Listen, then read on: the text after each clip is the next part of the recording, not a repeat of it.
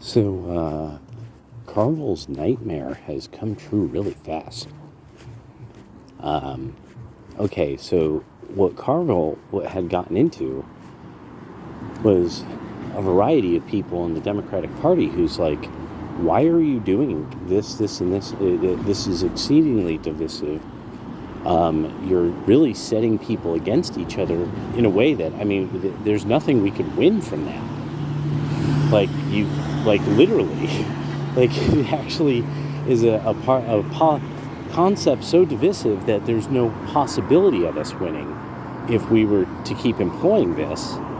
So then beyond that, it gets into this thing of like, okay, so now, you've got this plan to demonize white males, and so now this idea of, oh, who's the Joe Rogan of the left? And so the ADL is now like, they just did this great big article on this guy Hassan Piker, and here's what Hassan Piker thinks.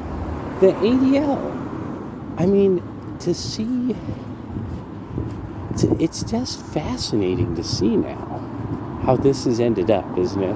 Remember what the ADL,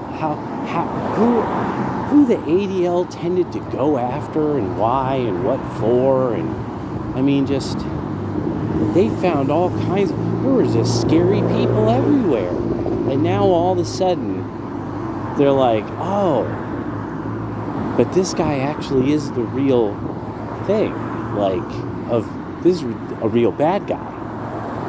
So then beyond that, I was thinking, okay, and so then he's all, him and his chat, they're just living it up while watching the musicality say that the musical ambush supposedly that got sprung on Ramaphosa, and so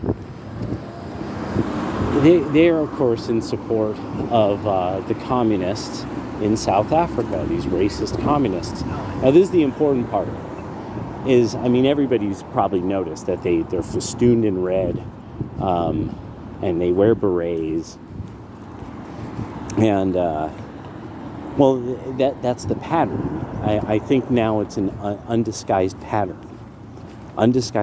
of supporting the violent socialists of these various countries and their parties before they decide to kill everybody.